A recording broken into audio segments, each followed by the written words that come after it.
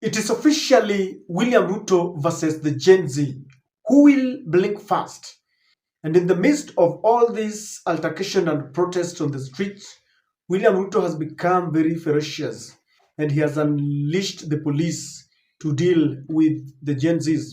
Abductions, killings, others have been maimed. Police is using excessive force.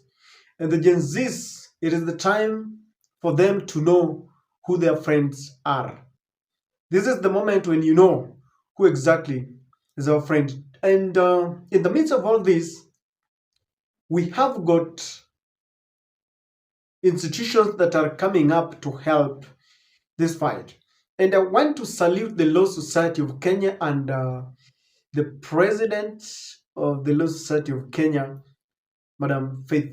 I think she's doing a good job. Now, today, William Ruto suffered a double blow. It is a double blow because two great people who supported him in his bid, in his quest to ascend to power, rejected him.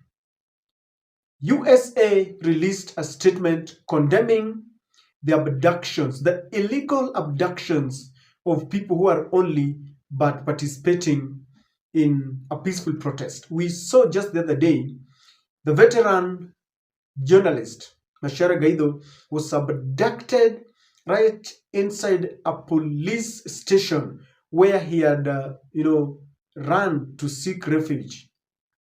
And we've had several, youths being abducted, and some of them have not even seen up to date. We believe they are the bodies that were burnt in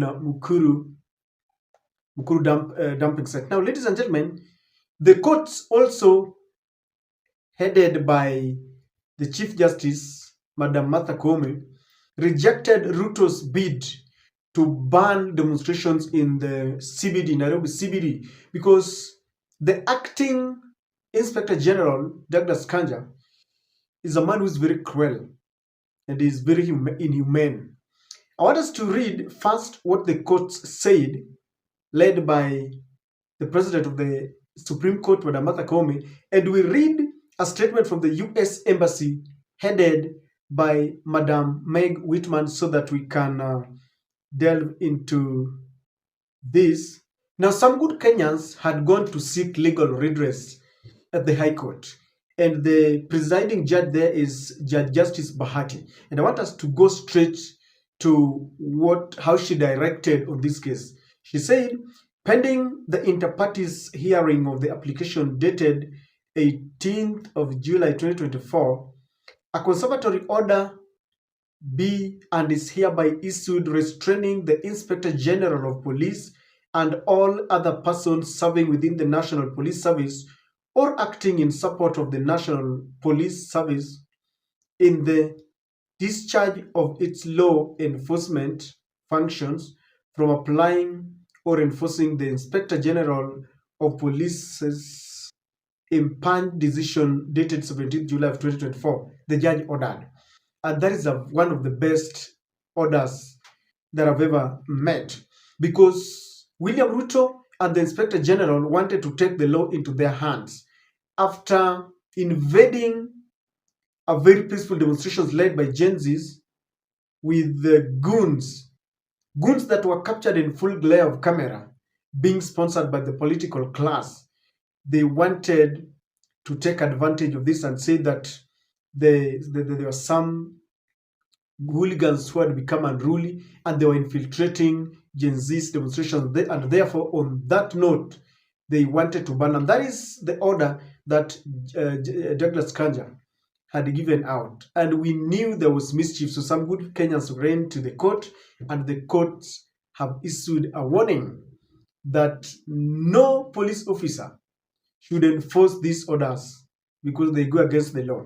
I want us to run straight to the warning from the US Embassy, and I want us to read it very fast. It says, statement by the US Embassy to Kenya, July 18th, 2024, and it says, as we enter the 5th week of protests throughout Kenya and surpass 50 protest-related deaths, The Embassy of the United States of America notes with profound regret the loss of life and destruction of people's livelihoods and calls on all actors to remain peaceful and respect the rule of law. We are deeply concerned by reports of violence and abductions of protesters, journalists, and others. Constructive engagement of citizens and civil society, aided by a free and independent media, is a pillar of democracy. These are values we share with Kenya and which we must all protect. It goes further to say the embassy urges police to exercise restraint and protect the rights of people to demonstrate peacefully. We call on provocateurs and opportunists to avoid blocking roads and looting businesses. All actors, police, and protesters alike should repudiate violence and be held accountable for wrongdoing.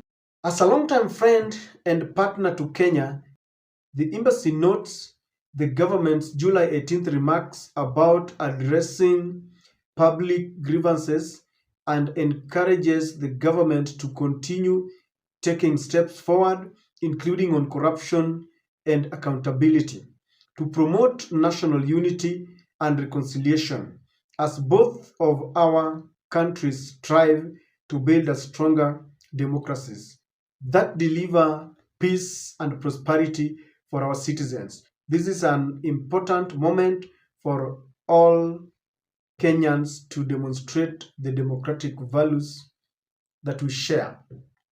Now, ladies and gentlemen, Meg Whitman and Martha Koome, two great women who supported William Samoei Ruto, are now presiding over institutions that are warning William Samoei Ruto. Now, I want to begin by saying this. If Meg Whitman and Martha Koome had not given us William Samoei Ruto, we wouldn't have been where we are today. We are suffering as a result of their selfish actions.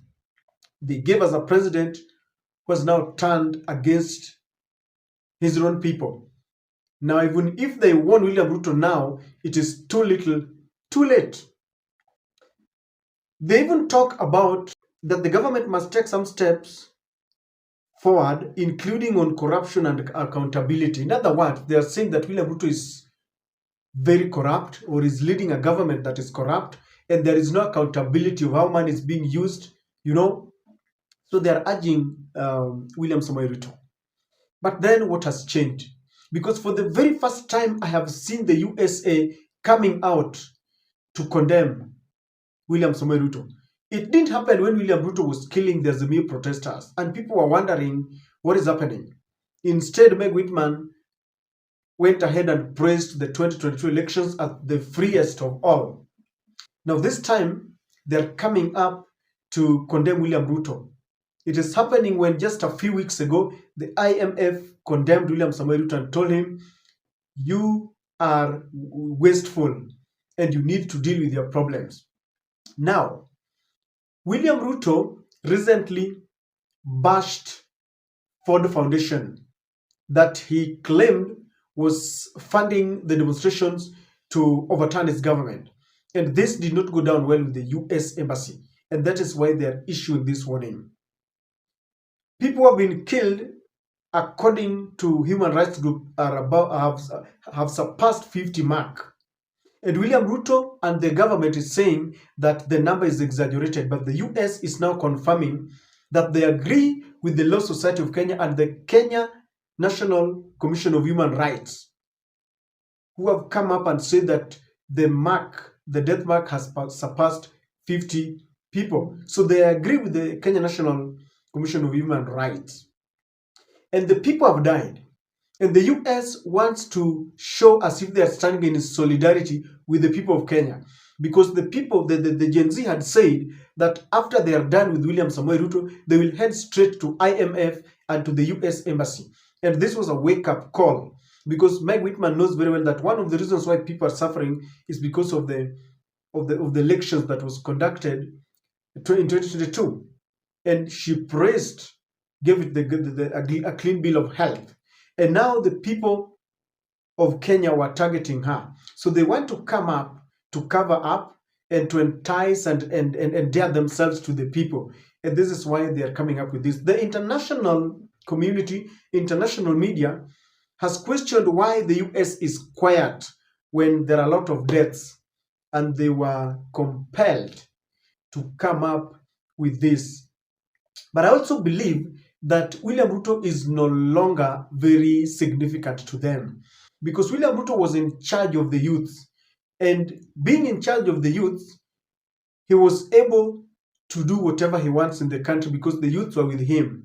Once you control the youths, then you can implement GMO and LGBTQ and all these things that they wanted to implement. But right now, when the youths erupt, I can assure you that some of these things that the US wanted to implement in Kenya will not. For example, do you think William Ruto can come up now to start selling our state corporations? I want you to imagine that William Ruto comes up, or it appears on national TV that we are selling our seed corporation.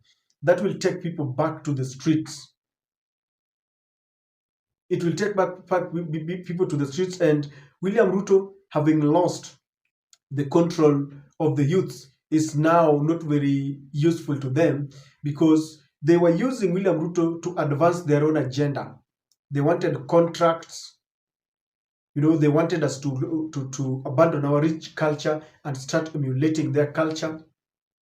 The US investors are not getting the contracts. Some of them are still going to the Chinese contractors, and this is making William Ruto less significant to them. They don't want to be accused because people know that they are good friends, so they want to distance themselves. They want to show that they are concerned. That is why when William Ruto came up with these statements that Ford Foundation is no longer a friend, people were asking whether this is real. And so, ladies and gentlemen, this is a double blow. They wanted to advance and perpetuate killings. They had banned any kind of demonstrations. But picketing, the freedom of picketing and demonstrating peacefully is in the constitution. Did you know that William Ruto did not support our new constitution? No wonder he does not respect it, because there was no sweat. He never sweat for it. It was never his idea. He opposed it, and now he finds himself in charge. And so he took oath of office swearing that he will defend our constitution. So, ladies and gentlemen, we want to see whether the US is serious about this. They have the authority to call off William Samoei Ruto. Apart from just making these statements, we are waiting for them to follow up, because people are still being kidnapped in broad daylight. They are killed.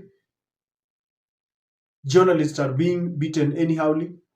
They get into church and schools, and the US must come up and just do more than statements, because they have the authority. Otherwise, we will see this as a mere choreographed plan to make us feel better that now William Ruto has been warned. Apart from the warning, what else are they doing? But it is a double blow, because these two institutions supported William Ruto, and now they are seeing dictatorship in him. They see a man who does not obey our constitution. And it is a blow, not just a blow, but a double blow to William Samoei Ruto.